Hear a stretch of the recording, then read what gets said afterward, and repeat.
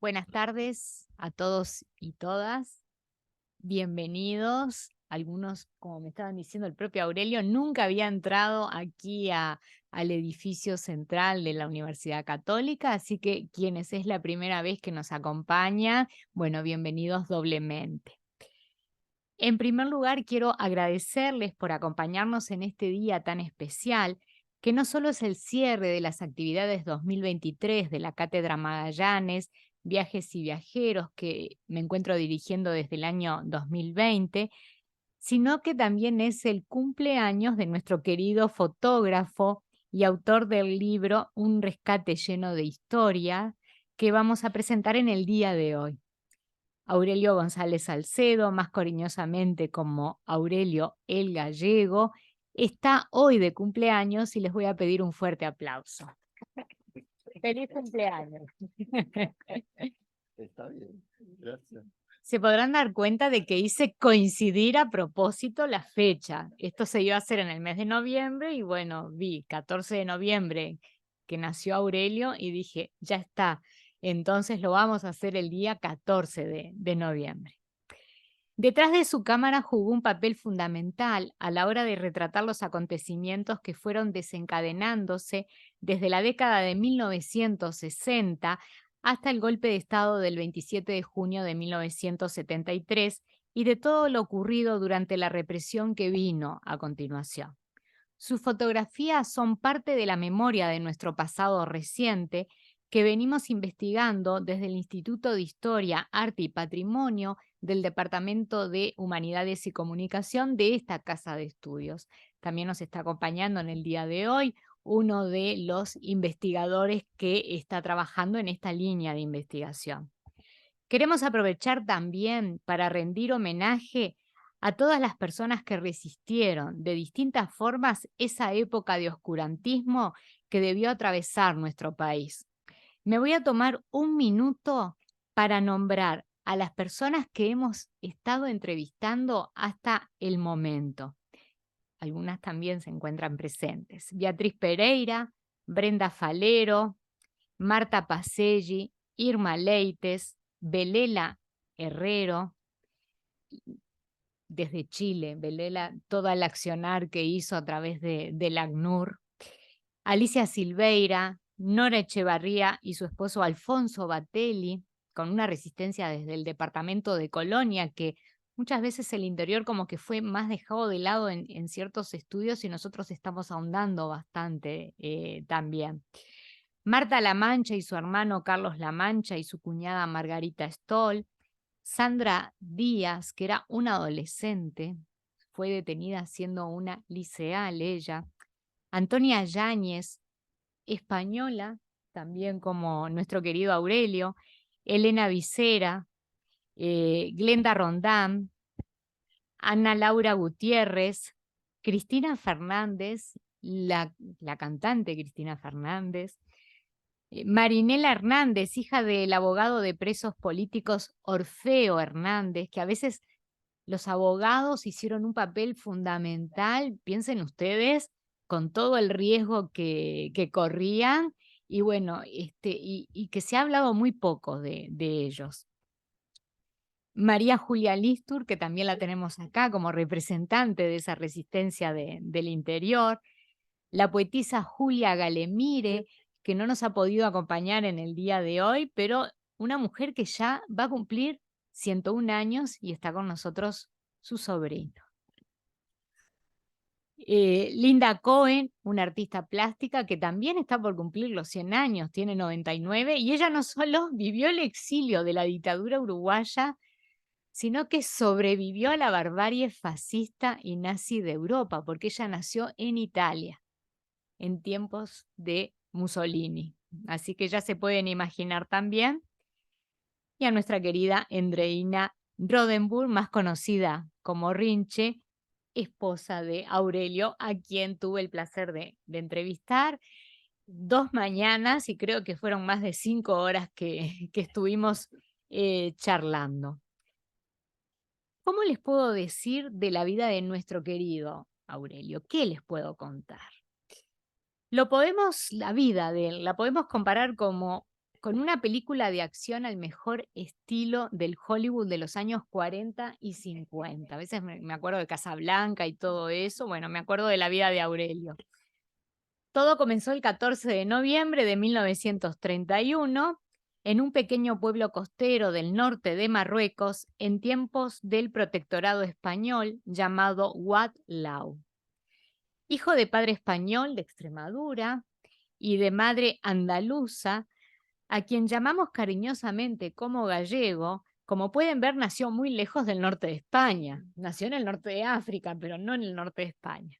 Pero esa siempre no, a los españoles ya sabemos todos que cariñosamente gallegos y a los italianos todos tanos. Por los avatares de la vida terminó radicándose en Montevideo en el año 1952, ciudad en la cual no conocía a nadie cuando llegó. Por otra serie de avatares, se transformó en fotógrafo, como bien nos dice en una parte de su libro, que yo, si me permitís, voy a leer. ¿Cómo llegaste a convertirte en fotógrafo casi sin quererlo? Y tenemos que agradecer, ¿no? ¿Por qué fotógrafo? Nos dice Aurelio. Muchas y muchos de ustedes quizás me conozcan como fotógrafo, pero les aseguro que jamás me lo había propuesto y que nunca fue mi pretensión. Comenzó por darle solidaridad a alguien que la estaba necesitando con desesperación. Lucio Navarro era su nombre, español. Había luchado en la Guerra Civil Española. Cuando lo conocí recién había salido de una larga estadía en el Hospital Sembois. No tenía techo y su herramienta de trabajo era la máquina fotográfica, pero al estar enfermo y sin ingreso alguno, la había empeñado. ¿Qué problema? Se vino conmigo, después de largos meses de estadía en mi humilde vivienda y ya totalmente recuperado, desapareció. 15 días después lo veo venir feliz, exuberante, con una cámara de fotos colgada al cuello. No podía creerlo. Me contó: Aurelio, estoy enamorado y viviendo en la calle Arechaga con la que será mi esposa. Quiero pedirte perdón por desaparecer sin avisar, pero lo que tú hiciste, quiero de alguna manera pagártelo. Ni caso, la solidaridad no se cobra. Algo tan de Aurelio, ¿verdad? Lo sé, no es con dinero. Tú bien sabes que soy fotógrafo y todo lo que hiciste en un momento tan crítico, para mí te quiero enseñar fotografía. Me negué, pero casi me impuso que aprendiera el oficio. Fue así que me mostró en su propia máquina los secretos de la fotografía, desde la velocidad, la distancia, el diafragma. Era como si me hablara en chino, pero aprendí. Compré una máquina de segunda mano y me convertí en fotógrafo. Lo bueno, la casualidad, fue que un día apareció en mi vivienda de la calle Dante 1981, hoy Eduardo Víctor Aedo, muy cerquita de acá, un periodista del diario Justicia de nombre Luciano Weibenberg, que hablando con algún conocido se enteró de mi existencia. Y ahí empieza la colaboración de Aurelio en lo que son los medios gráficos de nuestro país como fotógrafo. Más tarde, en 1957, a partir de ese año, y hasta el 30 de noviembre de 1973, fecha de su clausura, se convirtió en fotógrafo del diario El Popular. Unos meses antes, el 6 de julio, había escondido el archivo fotográfico del citado periódico, el cual se recuperará recién en el año 2006, y de eso justamente nos habla Aurelio en este libro, y ya nos va a contar él de su propia boca cómo fue todo eso. En la noche previa del golpe de Estado del 27 de junio, fue el único fotógrafo de prensa presente en el Palacio Legislativo. Vivió esa noche con incertidumbre y tensión, relatándolo también en su libro. Y acá tenemos, a ver, que estas son fotografías que tomó Aurelio.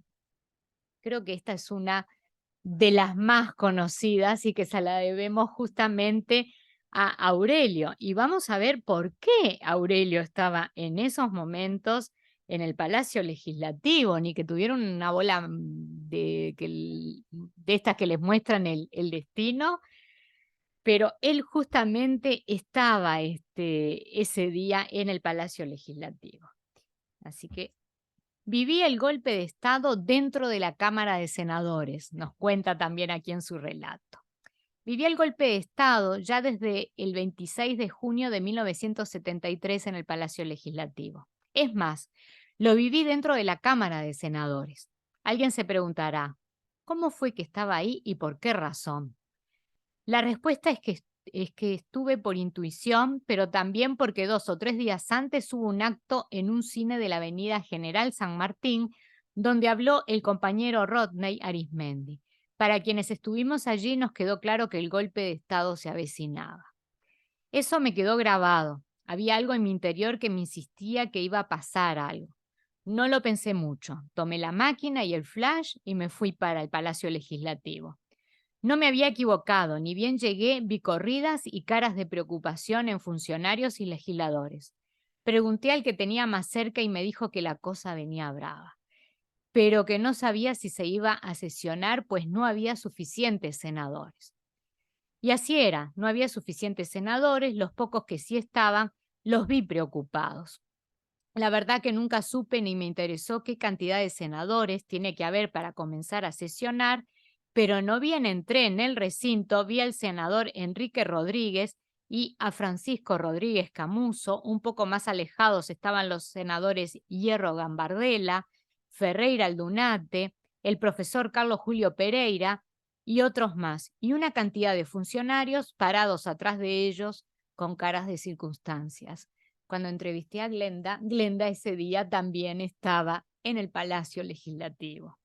No, no era una sesión habitual. La atmósfera estaba tensa y el único fotógrafo era yo. Nunca, ni en la Cámara de Senadores, ni en la Cámara de Diputados, ni en la Junta Departamental me gustaba ser el único fotógrafo. Me sentía un intruso.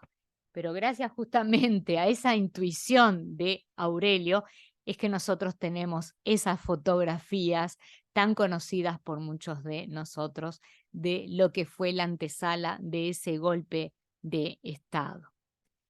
También tenemos aquí fotografías, ahí pueden observar ustedes un tanque, esto es ya del día 27 de junio, frente al Palacio Legislativo.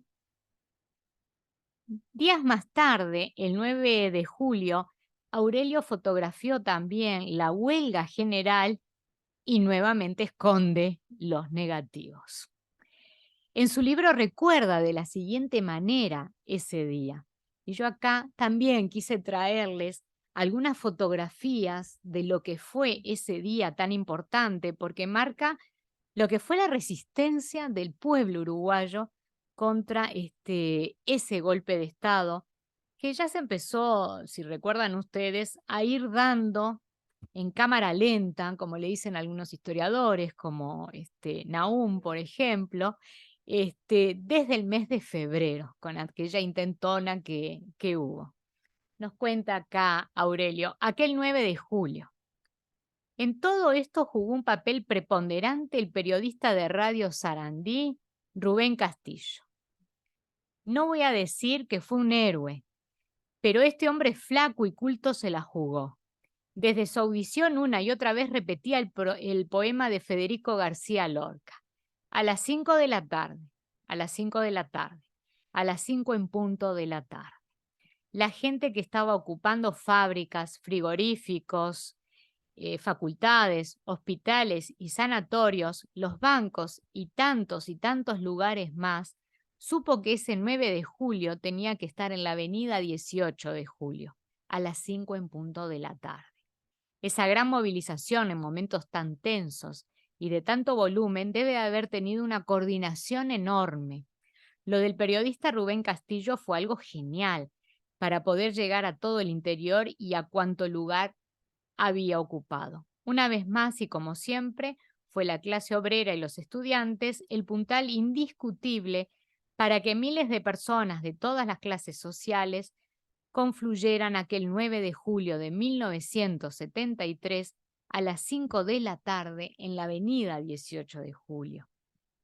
Y acá tenemos estas fotografías que yo por las caras veo que algunas personas estuvieron ahí presentes ese día y que gracias a estas fotografías que tú tomaste, Aurelio, rescataste de la memoria ese día tan importante de nuestra historia. Y fotografiaste todo, no solo cuando las personas estaban ahí, sino lo que fue la represión posterior que fue ocurriendo. Eso adelanté, pero me voy a ir de nuevo un poquito para atrás. Su vida se tornó muy difícil en el Uruguay de la dictadura, pasando a engrosar las famosas listas negras. Y en 1976 se exilió en México hasta el año 1978, pasando luego a exiliarse en España, en donde conoció a su gran compañera de vida y lucha, Rinche, a quien tenemos acá, y en Países Bajos, lugar de nacimiento de ella, donde ahí continuaron esa resistencia informándole al mundo entero lo que estaba pasando en este país tan pequeño del Cono Sur. Con el retorno a la democracia en 1985, Aurelio decide volver, ahora acompañado de Rinche. De inmediato se convierte en fotógrafo de la hora y la hora popular y comienza la segunda parte de su vida en este tan querido país para él.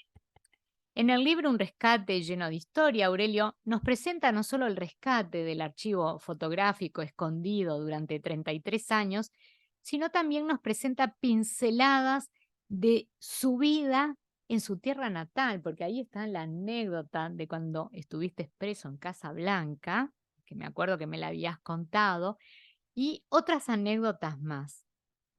Pero acá tenemos esta fotografía, Aurelio, que antes de empezar a contarnos, ¿no? Lo que fue esa peripecia, primero de esconder los negativos y luego todo lo que ocurrió, me gustaría que nos contaras un poco qué estamos viendo, porque esto, no sé si lo reconocen, es el Teatro Solís, marzo de 1974, pero ¿qué pasó ahí? ¿Qué estabas haciendo vos ahí? Bueno, claro, si ustedes la ven, no dice nada, pero si uno le cuenta la historia, dice algo. Es una genia, qué maravilla la manera de expresarse. Yo la escucho y digo, es fabuloso. Yo no soy capaz de decir dos palabras. Y sin embargo, lo desmenuza tal que digo yo, hasta, el libro es hasta lindo. Pero les cuento, digo, ¿qué pasó? Pasamos a la clandestinidad, a una semi-clandestinidad, porque había que vivir. Nosotros que éramos en listas negras no podíamos entrar a trabajar a otros lugares y cada uno se tuvo que inventar lo que pudo. Pero la resistencia seguía y cada tanto venía un pedido, mira, que hoy el sindicato del Zunca, por ejemplo, lo habían convertido en comisaría y había que sacarle una foto donde se viera el policía. Y bueno, ¿cómo voy a hacer? No era fácil, pero lo hacíamos. Y un día vinieron y me dijeron, aparte de otras cosas, mira, tenés que ir al Teatro Solís tal día y, digo, y dice, y no sé lo que va a pasar, me dijo el otro. Dice, pero me dijeron que saque para un palco cercano a la puerta. Dije, pa, esta debe ser muy difícil la cosa. Bueno, fui. Yo no soy muy disciplinado, pero en ese momento lo era. O sea, sentía que tenía que hacer lo que me estaban diciendo otros compañeros que estaban realmente en situación muy difícil. Entonces me fui al Solís y saqué una entrada para el palco cerca de la puerta. Y yo, bueno, cuando entré al palco había un matrimonio de cierta edad, pero que alguien fuera, yo ya entré con la máquina oculta, ¿verdad? Pero allí tuve que sacar la máquina y en aquel tiempo había que medir la luz que había, la distancia, la velocidad, varias cosas para sacar una foto más o menos. Y estaba en esa y esperando, bueno, ¿y qué va a pasar? Cuando siento el ruido como si fueran palomas que hubiesen entrado dentro del Teatro Solís. Este matrimonio quedó sorprendido, yo más todavía. Cuando veo que bajan, es un montón de volantes que tiraron repudiando en ese momento la dictadura. Y bueno, le saqué la foto. Claro, eh, Luego de sacar la foto había que protegerla. Digo, no se trata de sacar la foto y luego ¿qué? Ahora, ¿qué pasaba? Yo como fotógrafo del diario al Teatro Solís, como a otros teatros, he ido decenas de veces a ensayos, a sacar, o sea, obras de teatro o música. Por lo tanto, el Teatro Solís, les puedo asegurar, lo conozco mejor que mi casa. O sea, porque cuando iba temprano, me gustaba recorrerlo. Tiene como un misterio. Ese lugar allí atrás, lugares como misteriosos que no son, pero a mí me resultaban como y me gustaba entrar en esos lugares oscuros donde quizás durante mucho tiempo nadie entraba. Y una de las tantas veces que entré, me encontré que había un pasillo entrando al Solís. En la mano izquierda había un pasillo, pero esto antes de la dictadura. Y entré y caminé, llegué a una puerta gris que tenía, no una cerradura, tenía un cerrojo. Y me llamó la atención. Y luego digo, un cerrojo nada más. Digo, pero luego pensé, es lógico, porque si hay un problema de que hay que evacuar el cine, no puede venir alguien con una llave a abrir, sino abre y sale. Entonces yo abrí este rojo ese y me encontré que estaba en la calle Juncal y lo volví a cerrar. Pero ese día que saqué la foto, me acordé, la gente, o sea, alguna gente gritó, otros dejaron los asientos, se fueron para la puerta estaba cerrada. Y bueno, la cosa es que yo me acordé de aquel pasillo que hacía años yo había pasado por ahí. Y fui no corriendo, pero casi corriendo. Y llegué al pasillo, entré y allí estaba la puerta de color gris y el cerrojo, que abrí y escapé. Y ahí quedó la foto para siempre de esa. Pero yo digo, el valor no es sacar las fotos. Después de todo uno tenía ya, yo no sé, yo ya tenía mucho oficio de sacar fotos y que no me agarraran, porque había momentos de fotos muy complicadas. El mérito es de aquellos que estuvieron allá arriba con los volantes a tirarlos, que me imagino que cayeron presos. Yo no caí preso. Digo, y esa es la historia de nuestra gente. Acá, si alguien hizo la historia, fueron ustedes, fue la gente. Digo, a mí o a otros compañeros, lo que les tocó es poder registrar, si podían, poder registrar lo que estaba pasando. Y yo de tanto en tanto registraba lo que estaba pasando.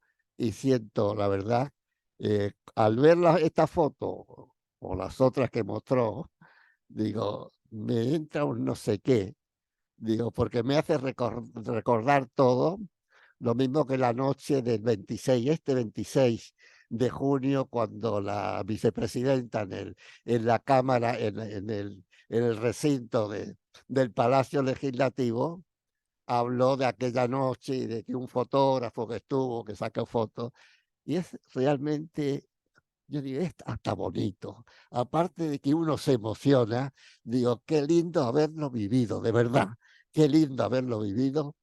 Digo, y haber sido, no sé, parte de esa resistencia, digo, quizás inconscientemente, pero sinceramente, iba a cada lugar que iba, no iba, no iba asustado, iba hasta con ganas de hacer lo que me habían pedido. Y bueno, esa es una de las tantas cosas. Y bueno, y la historia del libro viene más que nada, ¿puedo seguir hablando? Más que nada, la historia del libro viene porque escuché a alguien, otro que escribió qué pasó con los negativos, esos que hay por ahí, que está Wilson Ferreira Aldunate, o están los tancos, está la noche. Y yo no lo cuentan bien. Yo quizás tampoco lo cuento bien, pero cuento lo que no me contaron, o sea, lo que yo hice. Entonces, lo que yo hice, cuento, ahí en este libro cuento cómo la noche del 6 de julio del 73.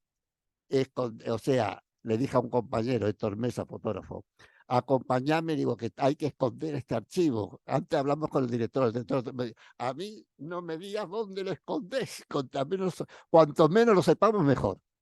Y bueno, yo tenía un lugar, tenía 3 lugares en el diario para esconderlo.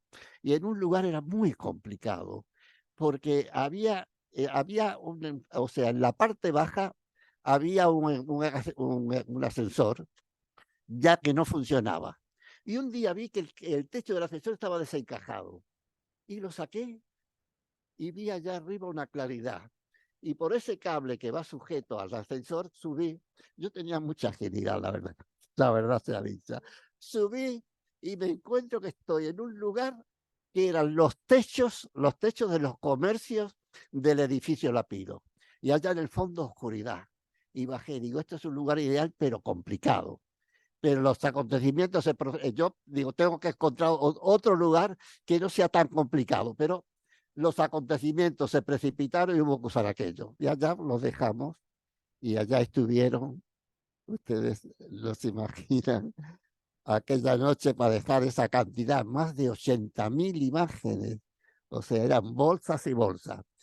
Luego hubo reformas. Ustedes imagínense, obreros de la construcción que van a hacer, después de años, van a hacer una reforma al edificio Lapido. Llegan a ese lugar donde tienen que sacar unos ladrillos y poner otros. Y ven allí, en un rincón oscuro, varias bolsas oscuras. ¿Qué habrán dicho esos hombres cuando lo vieron? Esto es un tesoro. Y cuando fueron, agarraron, metieron la mano, agarraron una latita, y la lata pesaba. Y cuando dicen, la movieron, sonaba como un sonajero. Y pensaron que es un tesoro. Yo me encontré luego con el hombre que los encontró. Dice que pensaron que era un tesoro. Y cuando lo abrieron era el archivo, eran negativos. Digo, fue una desilusión, pero los hombres tuvieron cabeza política.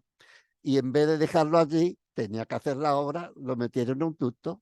Y bueno, 24 años después, los recuperamos de ese ducto. Y entonces yo cuento la historia tal como fue, o sea, de dónde se escondieron, porque hubo dos lugares donde se escondieron. En ese lugar, el primer lugar, donde se escondieron 80 o 90.000 imágenes, 80 o 90.000.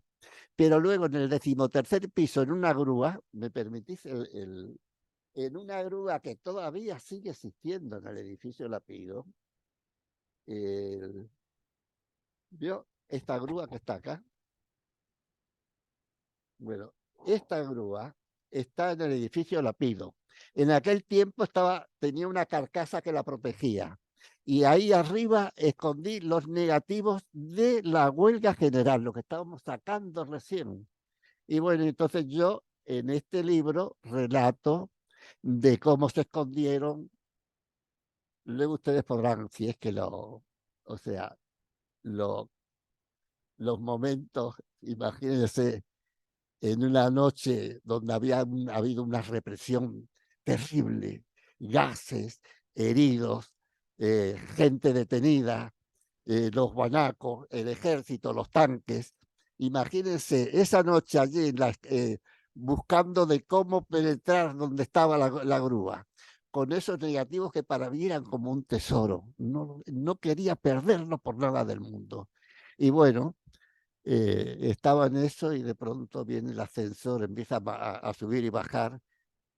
Y claro, yo estaba en el 3er piso queriendo penetrar en ese lugar. Cuando siento y corrí y me encuentro de que era un soldado que subía y bajaba en el ascensor con un fusil y una bayoneta. Y bueno, la cosa es que ahí, lo dejamos ahí. Luego, no les puedo contar todo porque es muy largo. La cosa que es una historia un poco, yo me sentía, pues yo no soy escritor, no se engañen, no se engañen. Ustedes quizás lo lean y van a encontrar quizás muchos defectos, es muy posible, digo, pero fue, tenía que contar esta historia, tenía que contar tal y como fue. Y entonces yo dije, por lo menos para que sirva y se sepa cómo fue esa historia de esos negativos, que es nuestra historia, pero no es una historia hablada, es una historia en imágenes. Digo que tiene más fuerza, es una historia real, Y entonces, bueno, me animé y le dije a mi señora, voy a escribirlo. Y ella siempre es muy optimista. Uy, y me dijo, claro que lo tenés que escribir. Y lo empecé a escribir y cuando lo tenía escrito le dije, no lo voy a publicar. De verdad, ¿verdad, Renche? Le dije, no lo publico. Y ella fue la que me animó a que lo publicara. Entonces publiqué esto que... ¿Se le puede decir libro? Sí. Dice que sí. Bueno, lo publicamos y recibí alegrías porque un día estando en casa, al poco tiempo de haber salido, me llamó el ingeniero Rafael Guarga, que fue rector de la universidad durante 8 años, y me dijo, Aurelio, digo, sí, ingeniero, ¿sabes decirle ingeniero o rector? No sabía, de verdad. Dice, mira, ¿sabes por qué te llamo? Digo, la verdad que no sé. Dice, porque te quiero felicitar por el libro que sacaste. Dice, me encantó. Me dijo la mía, dijo, que bien. Yo que pensaba, yo que no quería publicarlo y este hombre. Y luego tuvo otras llamadas de otra gente que le dijeron, que me dicen que sé que es una historia real, quizás un poco escrita con el corazón. Yo no quería como ser, o sea, es una historia, yo no sabía cómo hacerlo, porque ahí figuro yo. Yo estoy ahí cada 2 por 3 hablando y diciendo lo que hice.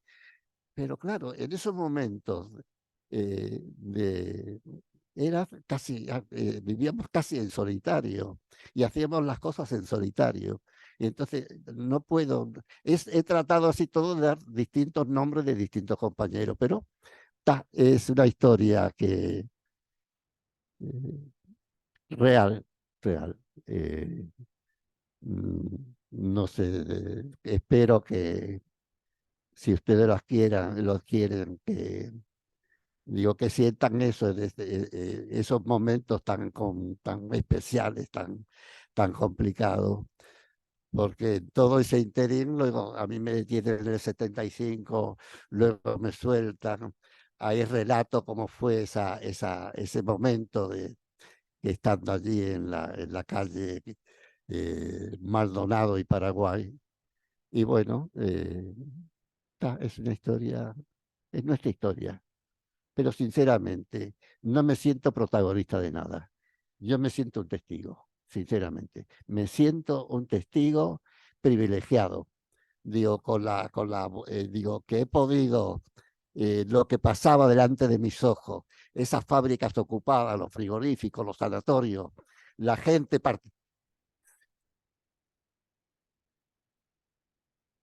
Sí, sí, todo muy bien, pero yo, sinceramente, yo me encontraba que lo que yo hacía era registrar lo que hacía la gente. Ellos eran eh, además, el papel, sobre todo en los sanatorios y en las fábricas textiles, donde el grueso eran mujeres las que trabajaban. Y ese coraje de la mujer uruguaya me asombraba, porque muchas veces estaban hasta con niños de pecho en la fábrica ocupándolas, y los soldados con sus fusiles y ellas delante, los hombres escondidos atrás de ellas prácticamente, ellas de verdad, y ellas con una entereza. Ustedes son muy bravas, sinceramente. No se enojen, no se enojen, pero cuando se ponen firmes, no, no hay quien las derrote.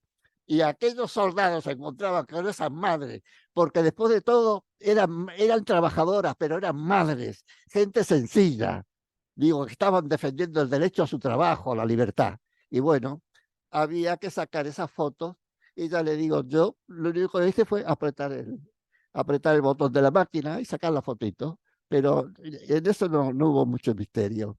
Le agradezco de verdad la presencia de ustedes, agradezco aquí a Silvia que, como ella contó, que en la primera charla dice, tenemos que seguir la conversación, y hubo una segunda charla y ahora, claro, hablamos, y ahora me sorprende porque cuando yo lo leo, y está bien. pero cuando lo escucho leerla a ella, digo, qué bueno está. Así que muchas gracias y aquí estamos. Cuando si me quieren hacer alguna pregunta, alguna duda o preguntas que quieran hacer, por favor, háganla sin ningún problema que yo la contesto. Espera un segundito porque tengo que llevar el micrófono. Esa justamente es la idea de que esto sea un ida y vuelta, que sean ustedes ahora también los protagonistas preguntándole a Aurelio, gracias a quién, porque Aurelio, vos decís que lo único que hiciste fue apretar eso, pero gracias a eso que vos hiciste, se va a preservar la memoria de todos esos acontecimientos, porque están las personas que los vivieron, pero después esas personas va a llegar un momento en que ya no estén, pero esas fotografías, esos negativos van a perdurar siempre. Vos hiciste la misma labor y yo me estaba acordando ahora cuando estabas hablando de, hay un libro, una película que también es un hecho real, que es El fotógrafo de Mauthausen, y ahí aparece un fotógrafo republicano español que estaba en ese campo de concentración y él iba escondiendo negativos para que cuando ese infierno terminara, todo el mundo pudiera saber lo que había ocurrido en ese lugar. Y vos hiciste una obra magnífica, hiciste lo mismo que él hizo en tiempos diferentes y por eso antes de pasar a las preguntas yo quiero darle un aplauso acá a Aurelio por preservar todo eso. No. Te pasaron el micrófono, Sí, adelante. tengo tres preguntas. Ahora si no, no te escucho bien. Hola, hola. Ahí va. 3 preguntas.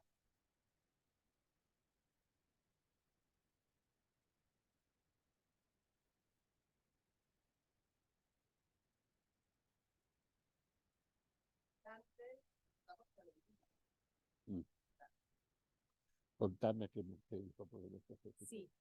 ¿Qué obra se estaba viendo en ese momento en el Teatro Félix?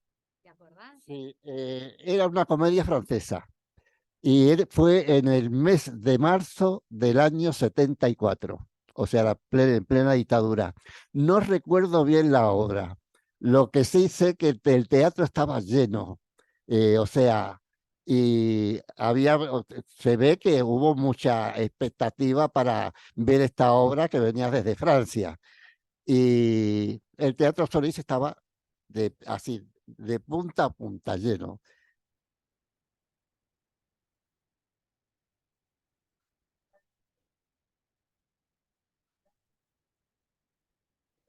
¿Cómo? ¿Sí? Ah,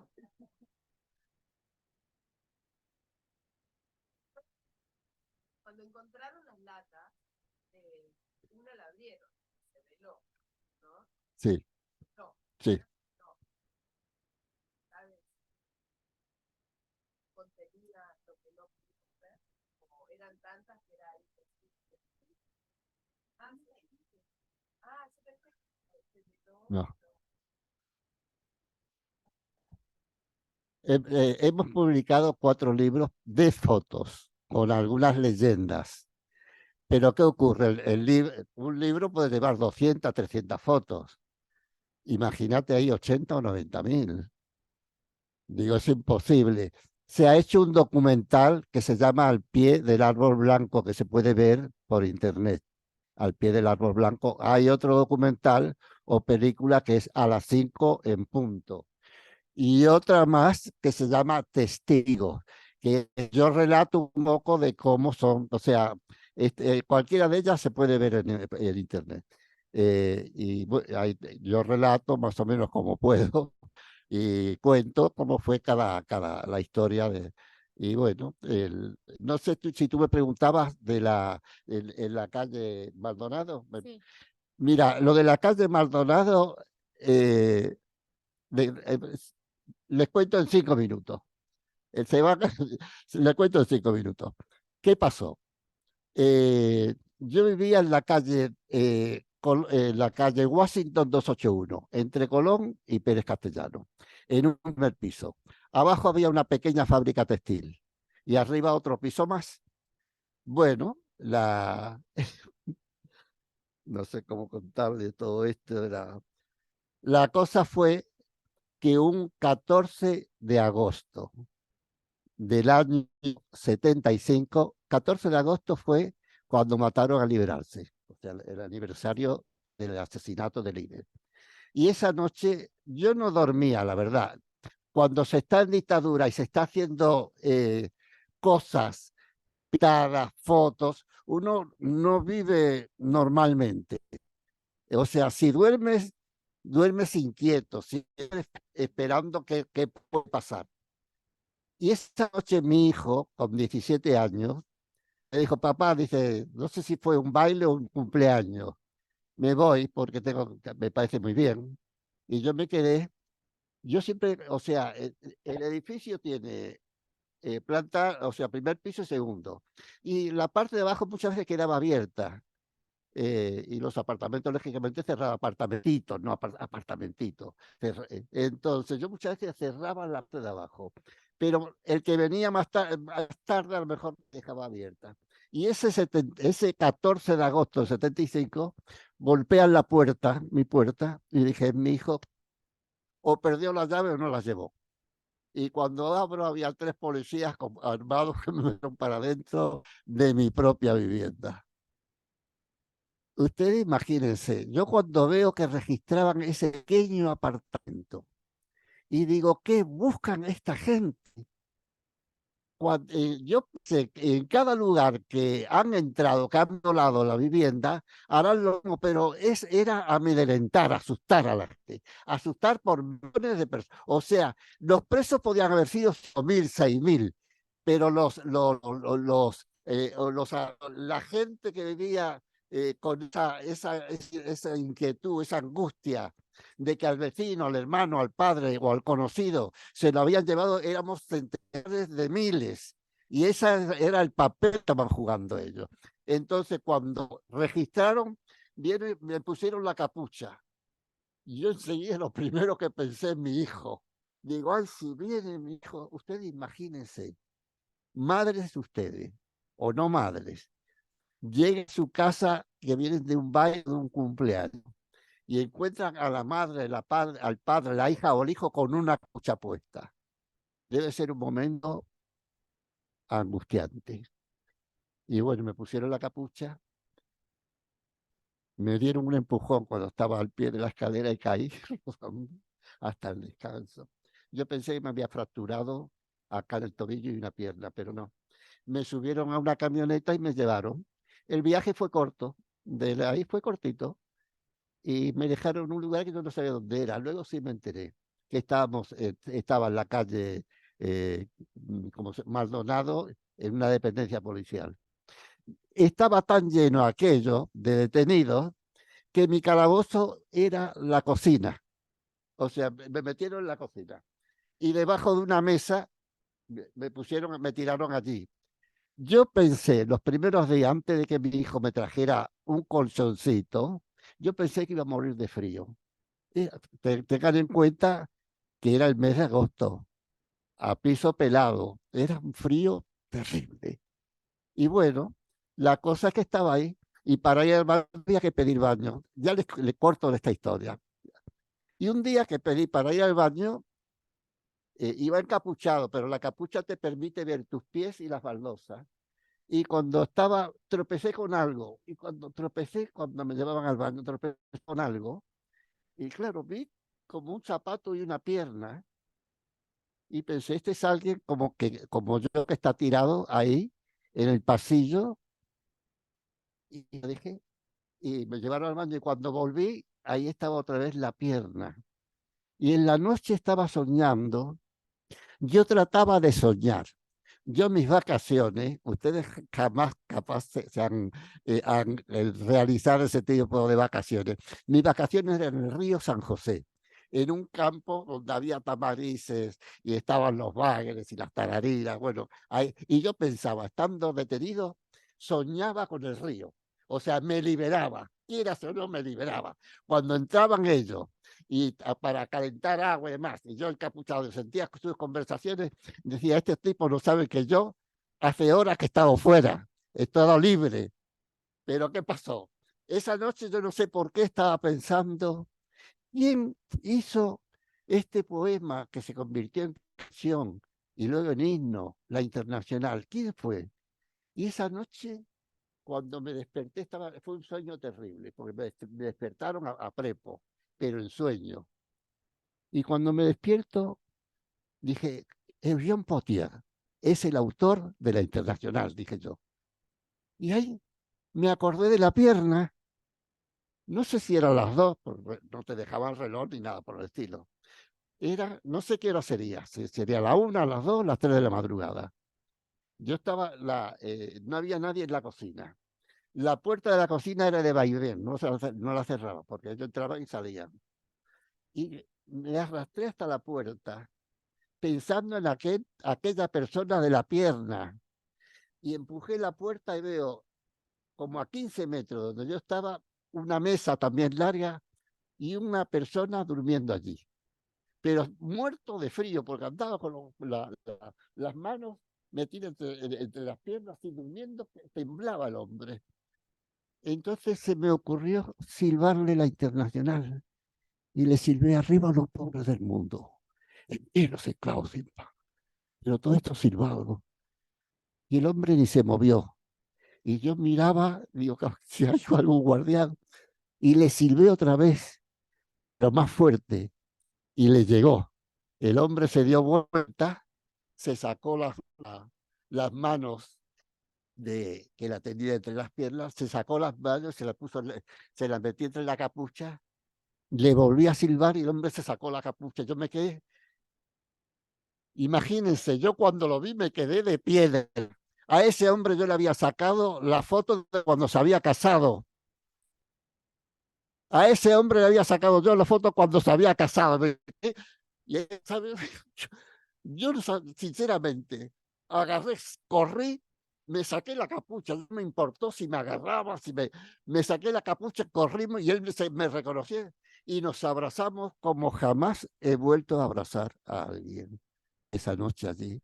Y luego me fui para mi calabozo. Día después me liberaban. Luego, por ahí lo cuento. Se había corrido. Yo pensaba, ¿por qué me liberaron tan pronto? Había corrido la voz, porque ¿de qué pasaba? Había detenidos que morían en la tortura, morían en la tortura. Y entonces yo era muy conocido, me conocían miles de personas porque siempre cubrí manifestaciones, actos, ocupaciones de fábrica, asambleas, me conocían. Entonces me soltaron. A los 2 o 3 días salí de casa, me encuentro con un conocido que cuando me vio caminó para atrás pálido como un muerto. Y todavía me preguntó, ¿tú eres Aurelio? Me decía. Y yo le dije, ¿pero qué te pasa? Dice, no, dice, lo que pasa es que en el barrio se corrió la voz de que te habían matado en la tortura. Y luego me encuentro otro que me dice lo mismo. Bueno, así fue. Luego en el 76, también en la misma fecha, vienen a por mí, logro escapar. Eh, y luego terminé, eso fue en el 76. Y terminé en México. Luego estuve en México 2 años, luego fui para España, Holanda, eh, allá por las Islas Griegas también, porque una revista holandesa me quiso contratar como corresponsal de guerra cuando la guerra de Israel con el Líbano. Y bueno, todas esas cosas. Bueno, la cosa es que regresamos en el 85 y aquí estamos.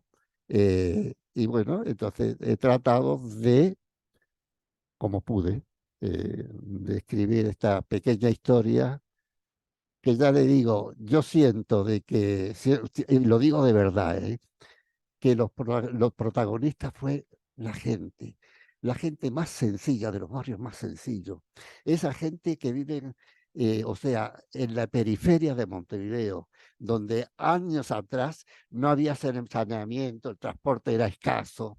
Esa gente se defendió la libertad, su derecho al trabajo como nadie.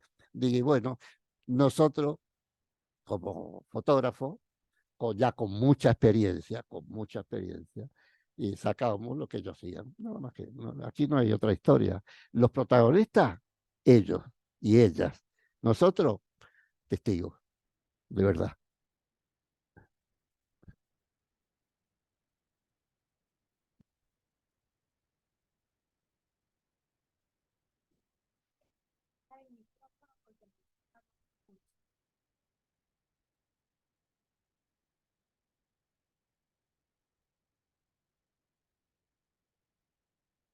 Hola. No, quisiera saber si todos esos negativos hoy en día están archivados y sistematizados y guardados o se han perdido. Sí, esos archivos están en el Centro Municipal de Fotografía, están guardados ahí. La única contra que la estamos peleando es que, fíjense que hay un archivo de 80.000 o 90.000 imágenes y según, o sea, internacionalmente, ese tipo de archivos cuando se recuperan y demás, solamente se suele hacer el 1,5 se escanea, lo demás quedan ahí sin tocar.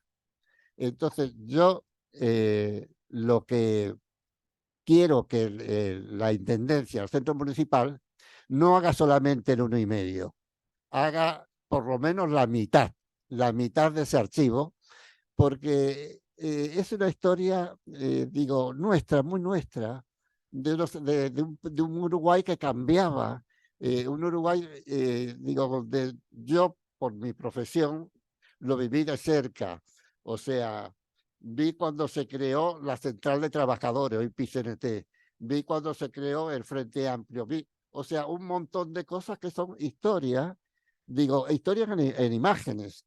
Digo, es una pena de que eso no se dé, pero además fueron años muy duros, donde hubo muchos estudiantes muertos digo, con perdigones o con balas, digo, mucha represión, pero además, eh, el, sobre todo la participación de la gente.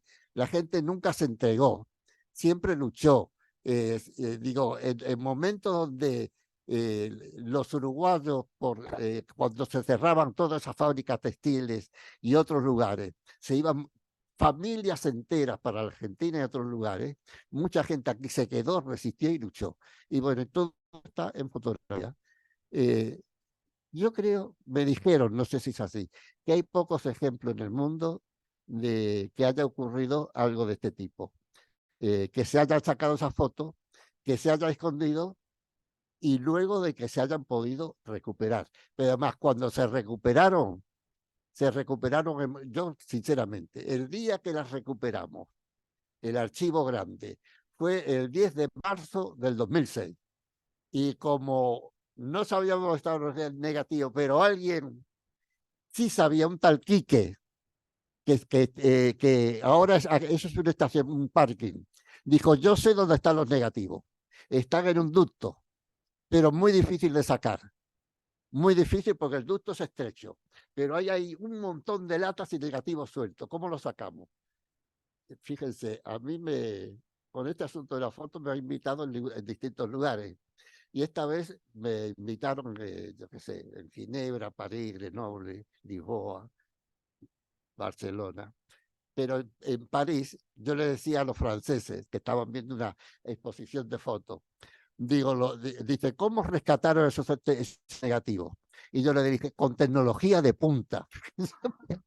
Los franceses se miraron y dijeron, ¿esto qué es?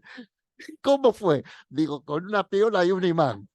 Ustedes no se pueden imaginar, no se pueden imaginar. 24 años después, los negativos desaparecidos totalmente, totalmente desaparecidos. Cuando sale pegada a la lata, porque la lata la dejamos tan brillante como esta copa, pero se oxidaron. Y el óxido que tenía que haber destruido esos negativos fue algo mágico. O como me dijo un cura en Tacuarembó, fue un milagro, porque selló las tapas, o sea, la humedad herrumbró las tapa y las cerró herméticamente y quedaron como negativos al vacío. Y cuando mandamos ese imán y sacamos esa primer lata, que existe la foto de eso, y pudimos abrir a los golpes la lata, y ahí salieron un montón de negativos flamantes, tan flamantes como el día que lo pusimos. O sea, es algo no muy normal, no es muy normal. Y bueno, tenemos la suerte de que acá en Uruguay ocurrió, y tenemos la suerte de que hubo personas que hacen cine, que quisieron hacer a las 5 en punto, por aquella gran manifestación que quisieron hacer cuando rescatamos el archivo, que se llama Al pie del árbol blanco, se llama. Y otra que hizo hace TV Ciudad, de esto hace muchos años, que se llama Testigos. Así que un poco esa es la historia. Y los negativos están, les puedo asegurar, no están todos, ni mucho menos, ni mucho menos. Hay más de 80.000 que no están a la vista. Y no se puede hacer nada hasta que no estén a la vista. Pero están en buen estado. Están con la humedad y y la temperatura adecuada. O sea, no se van a echar a perder. Algún día, creo que algún día, digo, pues eso lo estamos peleando, de que no nos atengamos lo que es universalmente, de que solamente se hace el 1,5. Queremos que se haga por lo menos la mitad de esa historia. Es un poco esa es la cabeza. O-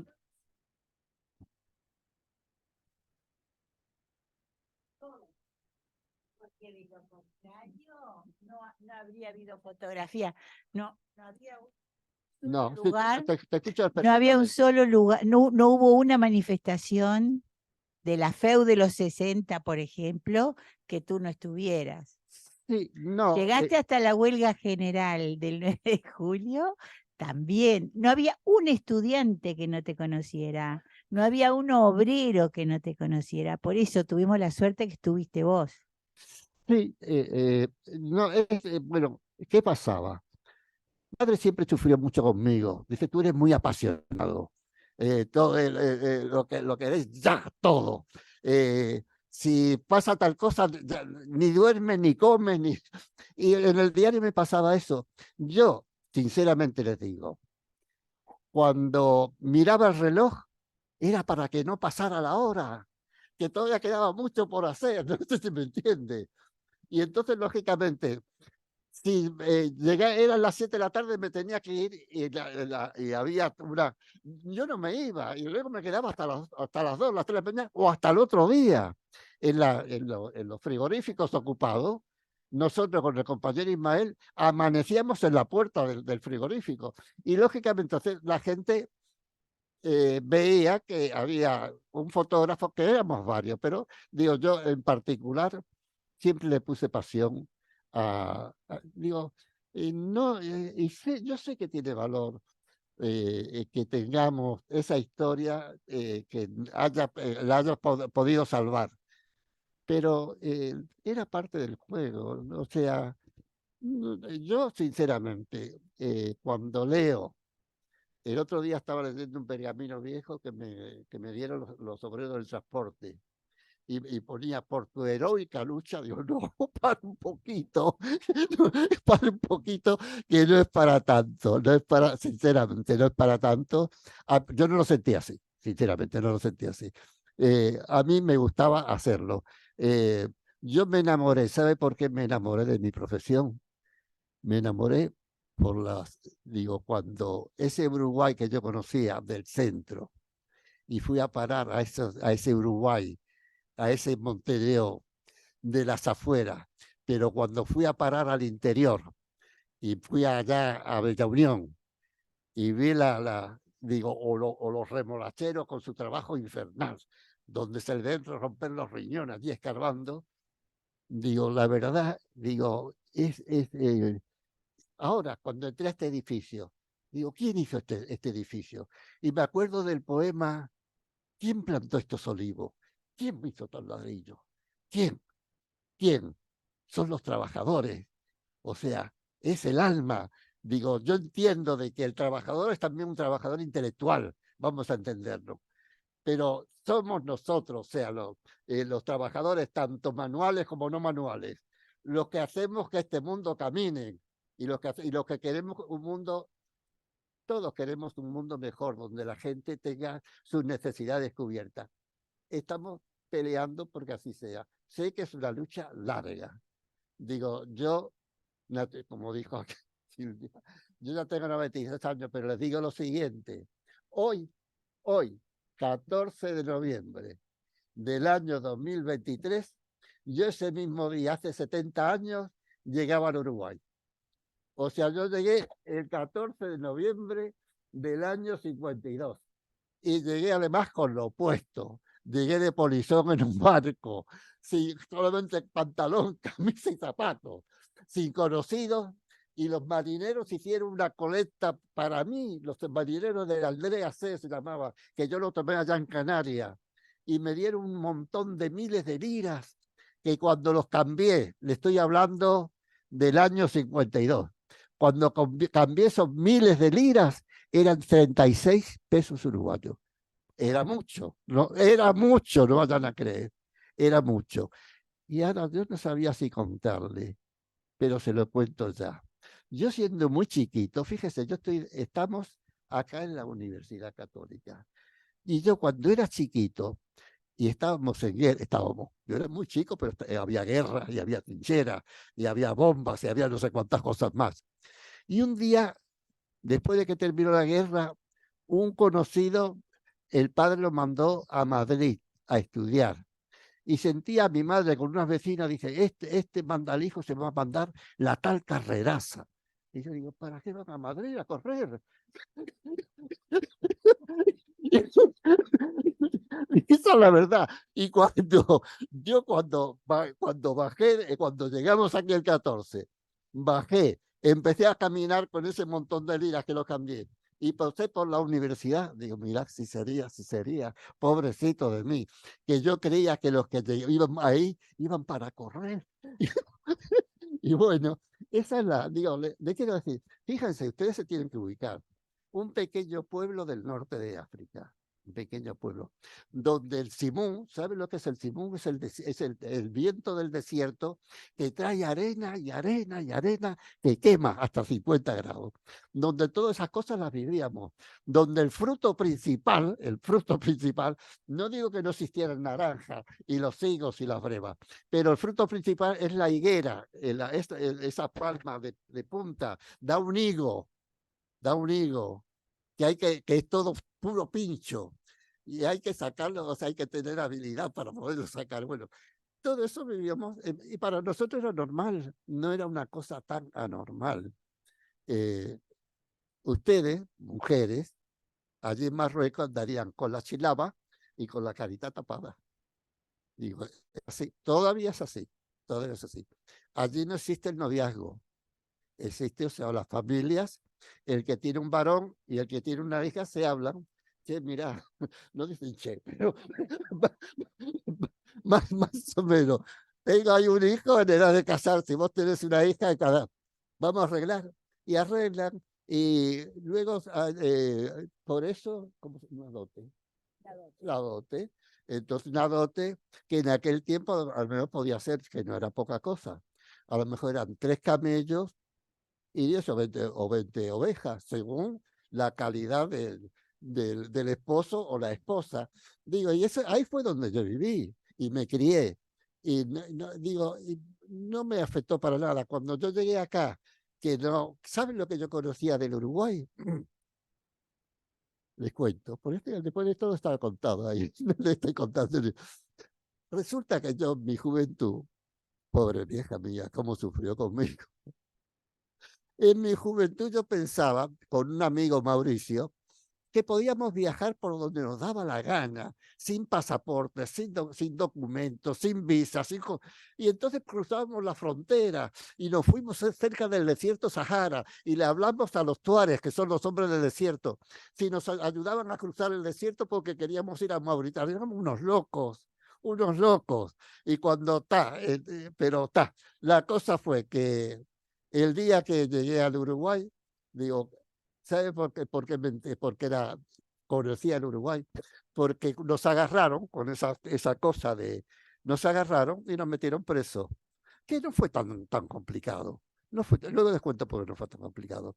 La cosa es que nos metieron presos y ay, la cosa, la cosa fue, bueno, el tema es que cuando, ¿por qué les cuento yo todas estas cosas? La verdad, ustedes deben estar cansados, ¿no?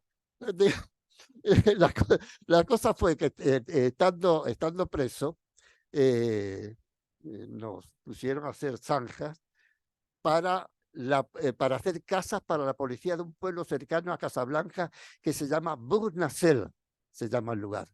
Y allí escarbando, era el año 50. Era el año 50 y un guardián que estaba escuchando los partidos de fútbol que se estaban jugando en Río de Janeiro, salió de su cabina y dijo, ¡aló! ¡aló! Digo, Uruguay, petit país, salió campeón. Y ahí me enteré de que Uruguay, y cuando yo me colé de polizón y me dijeron, me iban a dejar en Uruguay, digo, ¿me van a dejar en tierra de campeones? Digo, bueno, un poco así fue la cosa. Digo, esa es la verdad. O sea, Uruguay lo conocía por eso. Y no, digo, y creo que sigue siendo así. Uruguay sigue siendo conocido por el fútbol, por el fútbol. Bendito fútbol, bendito Suárez y otros muchos, ¿me entendés? Que hicieron conocer el Uruguay. Digo, y esa es la verdad. Digo, yo ya les digo, conocí al Uruguay, ese Uruguay que había salido campeón allá. Y yo dije, mira dónde voy. Y bueno, son esas cosas lindas. Y cuando llegué acá, me enamoré, me enamoré de Uruguay, pero también de las muchachas, lógicamente. Y allá me fui a San José porque había sentido a Gardel hablando de las lindas maragatas y me enamoré de una maragata que, que ya pasó, luego falleció y demás. Y luego en España me dijeron las holandesas divinas.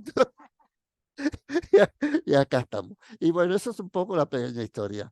Yo digo con todo respeto, porque creo que Neruda dice algo de eso, de cosas de su vida. Confieso, de verdad, confieso que he vivido y no me arrepiento en absoluto nada de lo que he hecho. Digo, siempre lo llevo como, no como, digo, pero es tan bonito.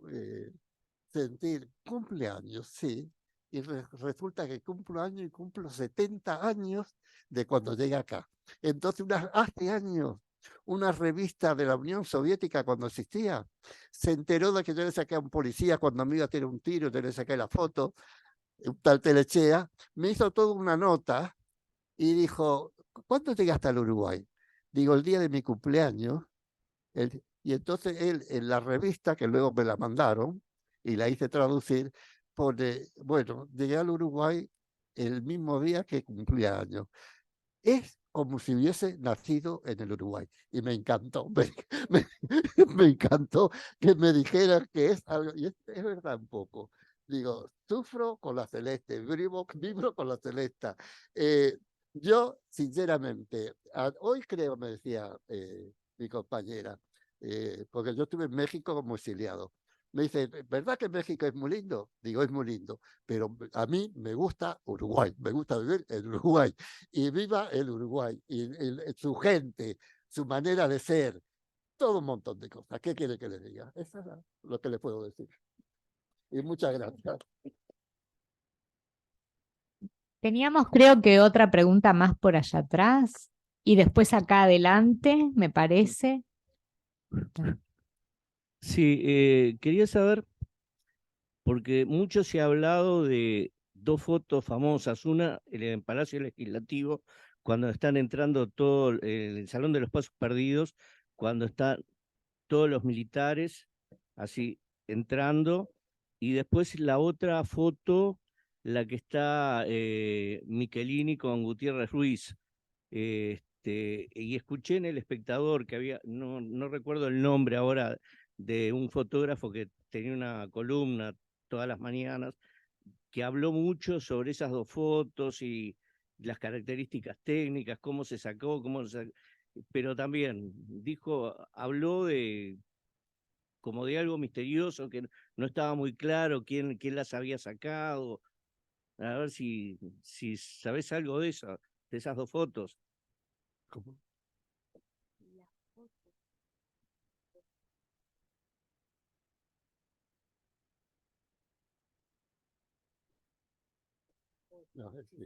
No, no, esa foto la sacaron ellos mismos.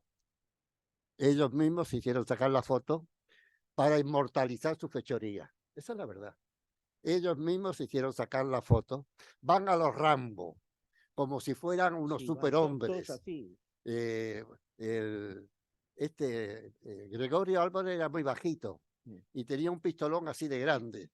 Y van con otros señores, otros oficiales, los tenientes de artillería y demás, van todos como diciendo, vamos a conquistar a esta fortaleza. Somos unos guerreros estupendos, o sea, valientes. Y van, sinceramente, yo cuando vi la foto me fastidió, pero más me fastidió cuando vi el tanque frente a la puerta del Palacio Legislativo, un lugar de leyes, de debates, donde no existe el enemigo, puede haber el adversario político, pero no un enemigo. Y ellos, o sea, no sé qué guerra ganaron, no sé, porque justamente... Y paradoja, y un hombre dándole de comer a las palomas. Y hay un hombre dándole de comer. Sí, ¿no? Un perrito. Un perro. Es un señor que sacó el perrito para pasear o para que esas cosas que cuando uno saca al perro en la mañana para que haga sus cositas en que antes no existía de que agarraban, eso vino más tarde, pero él está ahí. Pero no solamente, digo, estaba ahí, pero era una vergüenza. A mí me dio fastidio, la verdad. Cuando vi en un palacio de leyes donde lo único que había eran civiles, digo, estos señores con camiones, con soldados, con fusiles, pero en cada esquina del Palacio Legislativo pusieron nidos de ametralladoras. ¿Para qué? ¿Para qué? No tuvieron que... Es más, ya le digo, cuando yo estaba detenido ahí en la calle Maldonado, sentía cuando iban a calentar agua y tomate, hablaban de la guerra que habían ganado.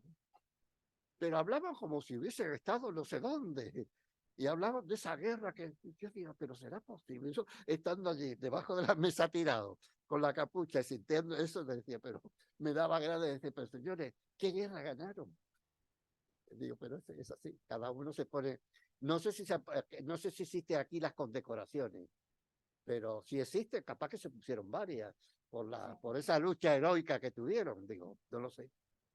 No sé.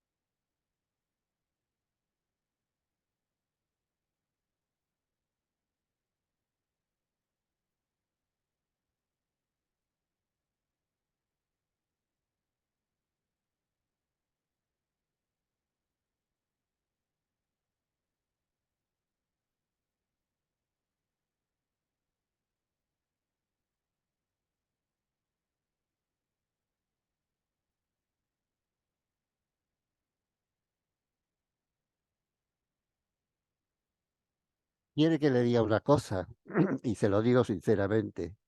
Yo creo que la persona que tiene valor es aquella persona que tiene miedo y lo hace.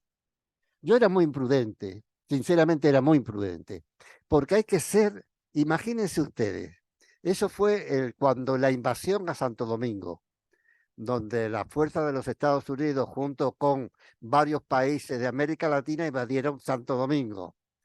Y eso hubo una represión terrible, hubo como 8 heridos de bala.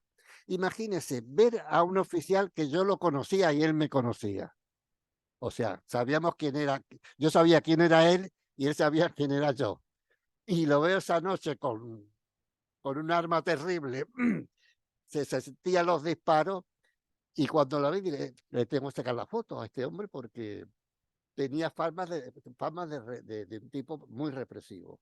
Era como además decían que era como un archivo ambulante, tenía una cabeza así de grande donde guardaba todo. Yo digo, tengo esa... Y cuando lo vi, la noche del 5 de julio, creo que fue el 5 de julio, el 18 de julio llegó a distancia donde yo estaba escondido atrás de un auto. Pues yo hice una cosa que no tenía que haberla hecho, pero la hice. Entonces, como estaba muy lejos, yo quería arrimarme, pero me fui arrastrando, como si no me fuera a ver. Y me daba la espalda. Entonces no me servía porque yo quería sacarla con el arma en la mano. Y el hombre estaba ahí. Y de pronto cuando me vio, él se asustó más que se asustó, quedó impresionado cuando me vio así. Y yo, en ese momento me apuntó, en ese momento yo se le saqué la foto. Bueno, me tiré debajo del auto y luego pasé al otro lado. Y nos veíamos, él en la parte de ahí por los vidrios con la pistola y yo acá. Y tiraba un tiro. Y tiró a otro. En cierto momento se vino, yo corrí entre la gente y desaparecí. Yo corría mucho. No era tan valiente, no era tan valiente. Cuando tenía que correr, corría más que nadie. Así que, y bueno, que se lo hace.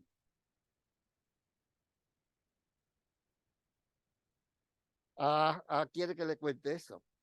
Bueno, fíjense lo que es la vida, fíjense lo que es la vida. Este hombre era un policía, alma de policía. No sé si ustedes o sea, ustedes los jóvenes no pasaron veras de carne. Nosotros en aquel tiempo, no sé si se acuerda, había veda de carne. Y cuando llegaban algunos huesos, la gente hacía cola para comprar esos huesos. Y yo era negro y yo estaba en un pantaloncito corto, una camisita y romanita, que lo sigo haciendo todavía. Y me fui a la carnicería y había una cola de gente esperando comprar algo de lo que había llegado. Y de pronto siento que alguien se pegó a mí, porque en la cola se mantiene una distancia, pero esta persona se pegó a mí. Y cuando me di vuelta, ¡ah! Era Telechea, al hombre que... ¡Ah! Yo me quedé y agarré, salí de la cola y él también salió de la cola. Y me fui por el mostrador como que... Y me paré en la puerta diciendo, bueno, ¿y ahora? Y sin embargo el hombre no me dijo ni media palabra, únicamente movió la cabeza como diciendo, ¿viste que te agarré? ¿Viste que te agarré? Y no me llevó. Cruzó la calle, había un auto parado con varios policías más, y estando lejos, movió la cabeza otra vez. Esta vez te perdoné. Y se fue. Pero hubo otra con él también. Es un homenaje después de todo, digo, de alguna manera. Esto, fíjense, cuando invadieron el diario, el diario el 9 de julio del año 73, cayeron 120 y tantos compañeros. 50 o 60 no caemos, 100 y pico sí cayeron. Pero entonces yo tenía esa cosa de que no había caído y tenía que hacer algo por las familias de esos hombres y mujeres que habían caído presos.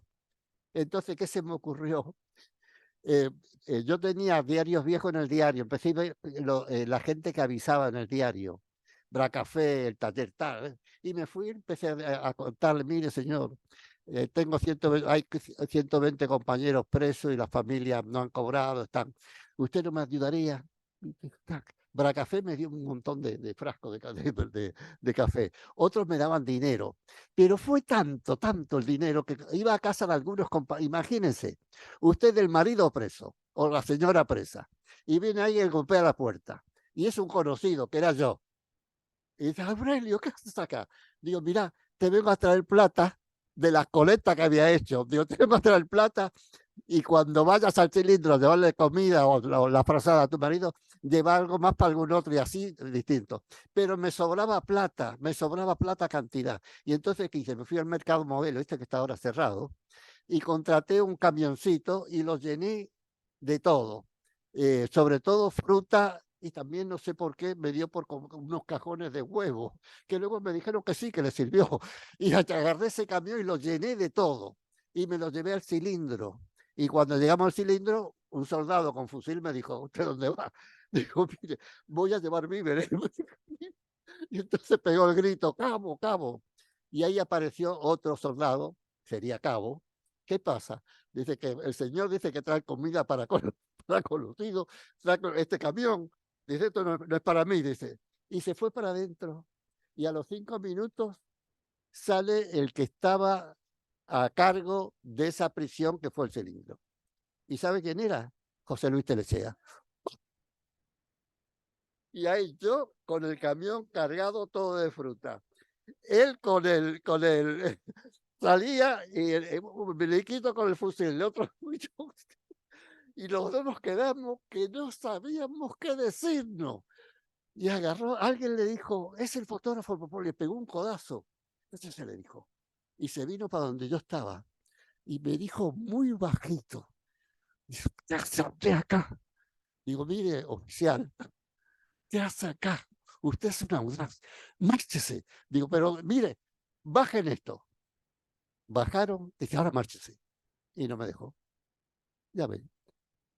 Un policía que de alguna manera quizás fue un homenaje como oficial de policía, como haciéndole, no sé, una distinción al hombre que no se había, no acordado, que no se había achicado, que de alguna manera no le encuentro otra explicación, de verdad.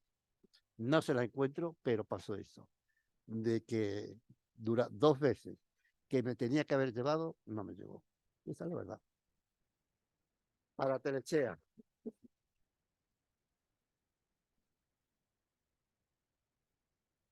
Bueno, Pinche. sí. Bueno, no sé si hay algún comentario, alguna pregunta más. Si no, darle las gracias a Aurelio por todo el trabajo que hizo y como historiadora te lo agradecemos muchísimo, Aurelio, porque son fuentes para el trabajo que nosotros también hacemos para preservar esa memoria. Y muchas gracias a todos ustedes por estar acompañándonos hoy y decirles que afuera en una mesita está a la venta este libro que es una joya.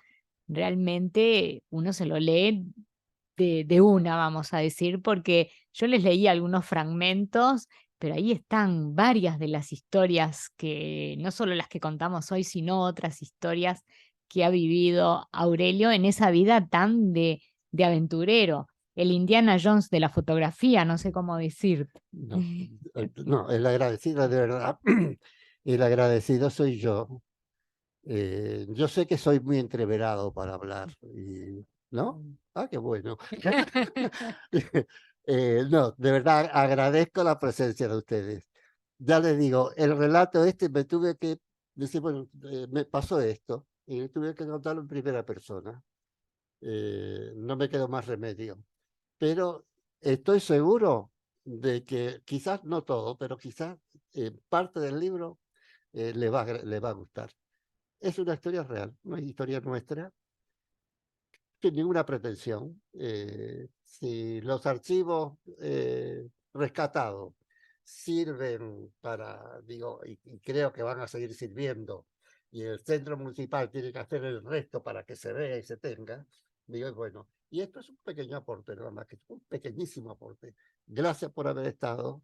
La verdad es que los veo a ustedes el otro día, justamente ayer, cuando nos concentramos en la Plaza Libertad, también vi a personas que están sentadas acá y siento, o sea, siento agradecimiento, pero decir cuánta gente buena, cuánta gente maravillosa, digo, tiene el Uruguay. La verdad, lo mismo que a ti, Silvia.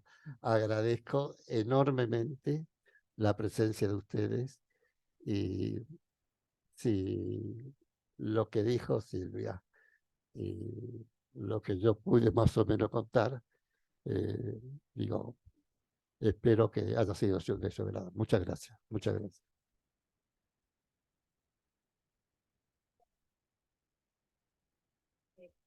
No lo conocía a él de este lado, en realidad.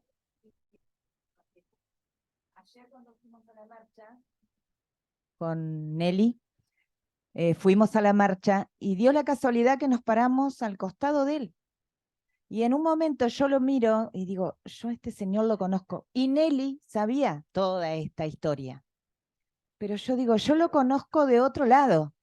Lo conozco de otro lado. Y he aquí que lo que me une a él ha sido el fútbol, porque yo fui jugadora de fútbol y él en el Olímpico en años 85, 86, 87 y muchos años más, él iba al Olímpico a sacarnos fotos a las jugadoras que comenzábamos el fútbol.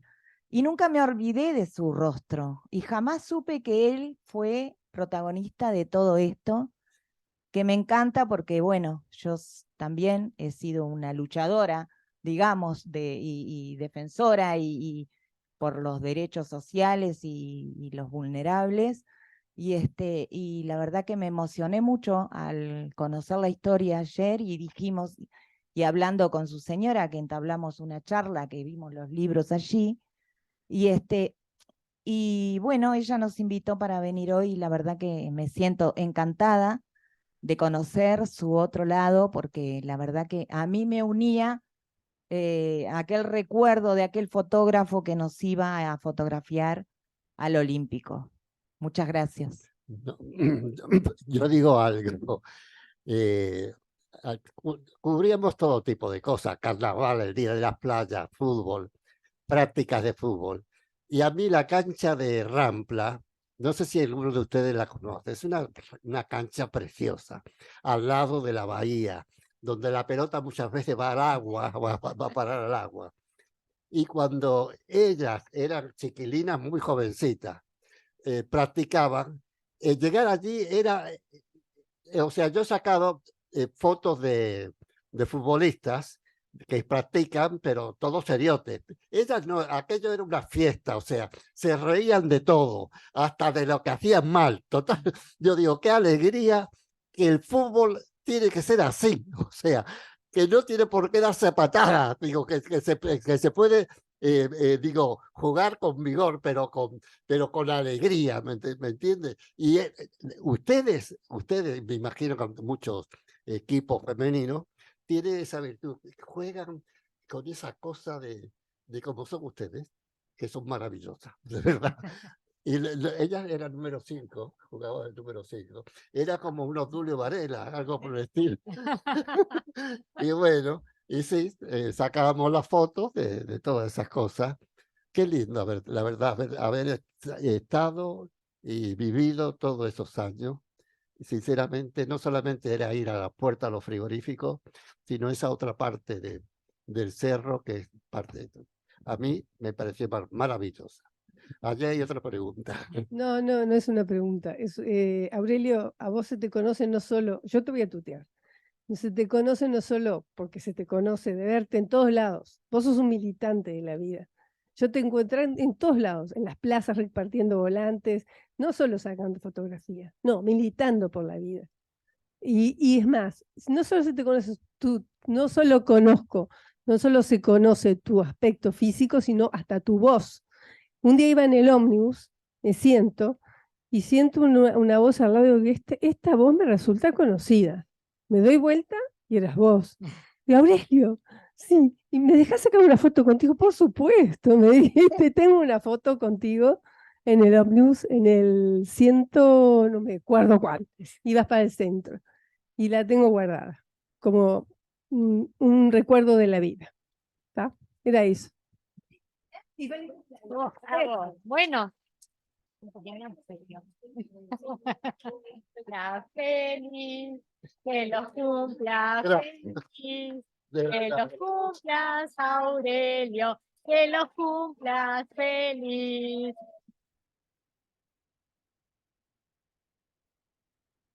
Bueno, otro cumpleaños en tu recuerdo, Aurelio. Los 92 años, qué lindo. Muchas gracias por todo, Aurelio. Bueno, terminamos así con este homenaje a Aurelio, el ciclo de actividades 2023 de la Cátedra Magallanes, Viajes y Viajeros, y qué viajero y qué viajes hizo. Gracias.